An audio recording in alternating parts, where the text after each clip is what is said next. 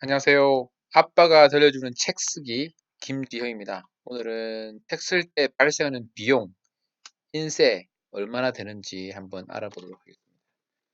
이건 너무 천차만별이라서 일반적인 이야기를 할 수는 없을 것 같아요. 뭐 법칙 같은 게 있는 건 아닌데 오해하고 있는 부분이 있을 것 같아서 일단 이야기를 좀 하도록 하겠습니다. 에, 이 책은 제가 처음으로 쓰던 책, 1차 진료를 위한 정형외과, 이거는 2판인데 그 1판을 쓰면서 제가 처음으로 이제 책 쓰기를 시작했죠. 지금은 그래서 뭐 열 몇 권 이상 실었었고, 보자. 제 블로그에 있는 책들입니다.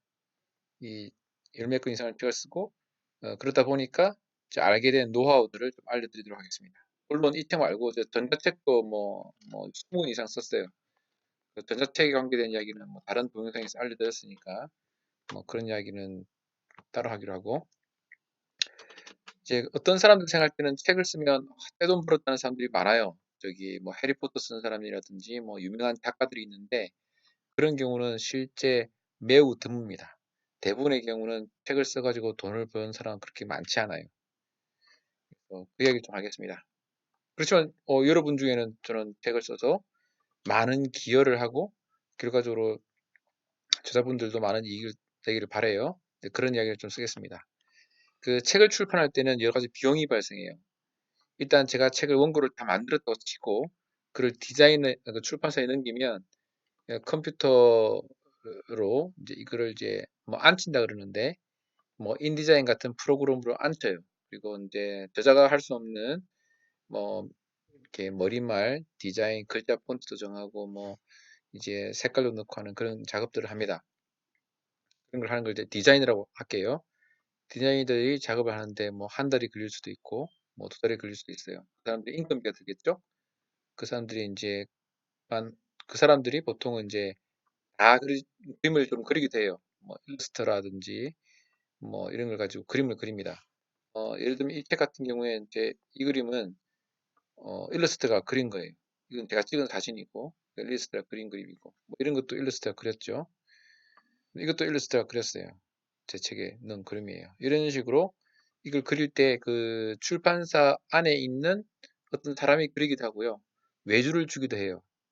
그다음에 어떤 경우는 어, 그림을 사요. 예를 들면 표지 같은 데 있는 그림 같은 게 있잖아요. 제 책을 보면서 예를 들면 어, 이런 이 그림은요 산 그림이에요. 그 차를 맛보는 여인이란 그 어떤 책인데 요 그림은 돈 주고 출판사에 샀죠. 저자가 산 게 아니라 출판사에 샀어요.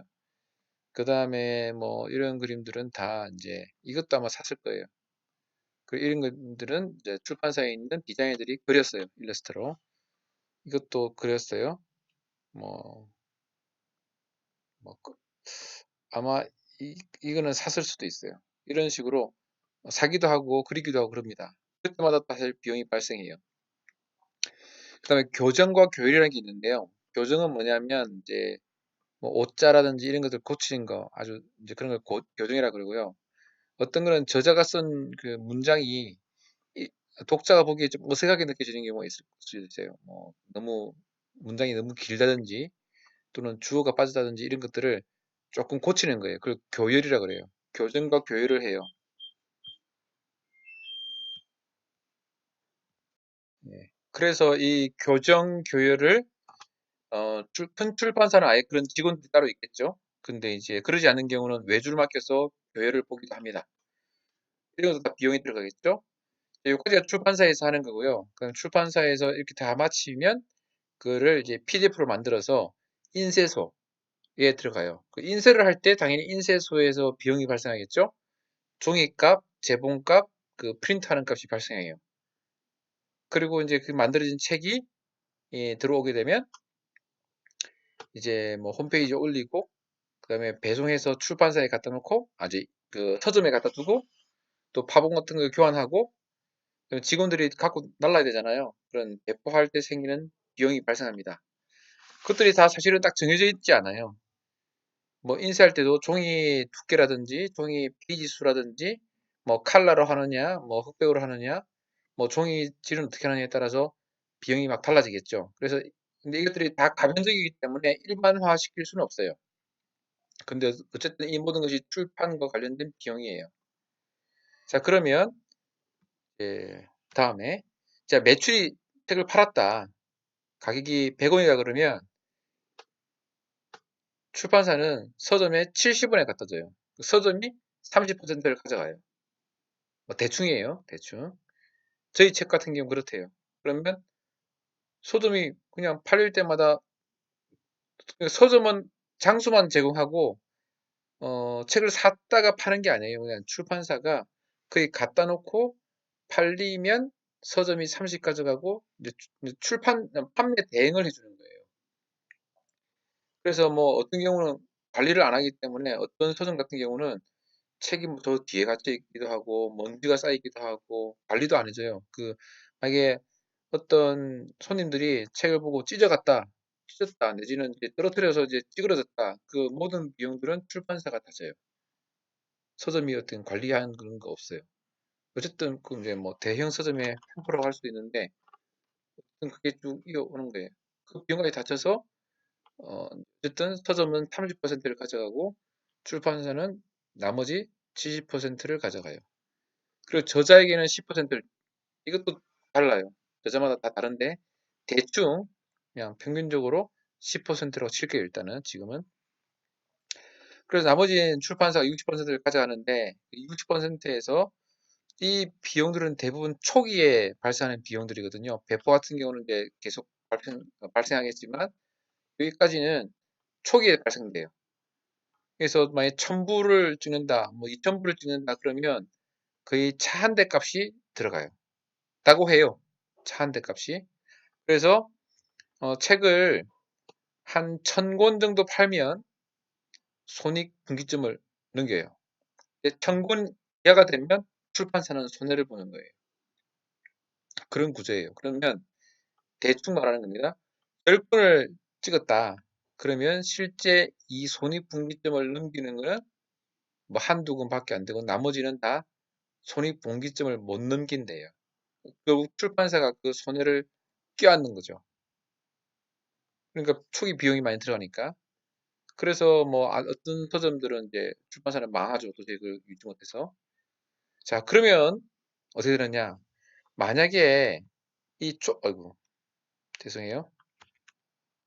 초기 이 비용을 저자가 다 감당하게 되면 출판사는 비용이 거의 발생하지 않겠죠.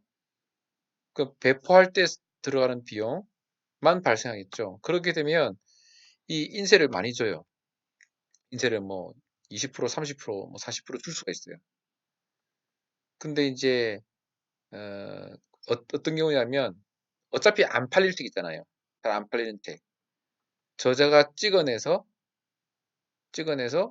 자기 지인들한테 나눠주고 나는 책을 출판했다는 것만으로 만족하는 그런 분들이 있거든요. 그러면 저자가 직접 모든 비용을 다 감당하고 뭐 아예 어떤 경우는 서점에 내놓지도 않는 경우도 있대요.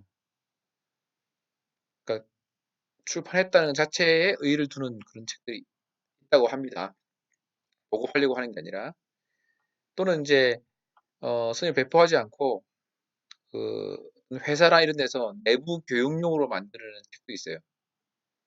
또는 학원 같은 데서 아니지 학원이 아니라 어떤 이제 어떤 내부 판매를 비매품으로 만드는 책도 많잖아요. 그런 경우 같은 경우는 이제 모든 비용을 그 저자 또는 뭐 어떤 학회라든지 이런 데서 감당을 하는 거예요. 그러면 출판사 입장에서는 뭐 비용 들 게 없죠. 그냥 그대로 딱 하면 되니까 그냥 자기 이제 뭐 별로 신경 안 써도 돼요. 그리고 또 어떤 책은 이렇게 학교에서 교재로 만드는 데 있잖아요. 그런 경우는 인쇄가 되게 그럼 고정적으로 이제 뭐 1000부, 2000부 이상 팔리잖아요. 교과서라든지 학교에서 만드는 데 찍어서 학생들한테 파는 책, 교재 이런 것들은 기본적으로 어, 손익분기점을 넘긴대요. 몇천 부 팔리니까. 그런 경우는 저자에게 주어지는 인세가 상당히 많다고 해요. 뭐 20%, 30%될 것 같아요. 등등. 그래서 이 인쇄는 상당히 다릅니다.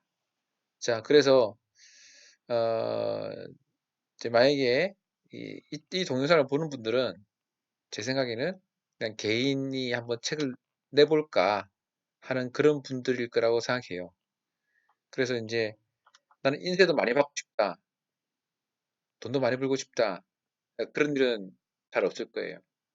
아직 출판사 입장에서는 책을 많이 써서 검증되어진 사람이 아닌 경우에 그 부담을 가지고 인쇄도 많이 주고 하려고 하지 않아요. 당연히 그렇겠죠. 출판사도 먹고 살아야 되니까. 그래서 이제 여러분들이 이제 좋은 컨텐츠를 갖고 있고 원고도 다 썼다 그러면 출판사에 보냈을 때 출판사가 보고서 좋다고 생각되면 이렇게 이제 액셉트 하고서 찍어줄 거예요. 그래서 이제 여러분들이 책이 워낙 잘 팔릴 것처럼 느껴진다. 그러면 인쇄를 좀 많이 줄 거고, 그러지 않다 그러면 인쇄를 적게 줄 거예요. 제 생각에는 처음 할 때는 그냥 출판사가 제시하는 대로 해야 될 것 같아요.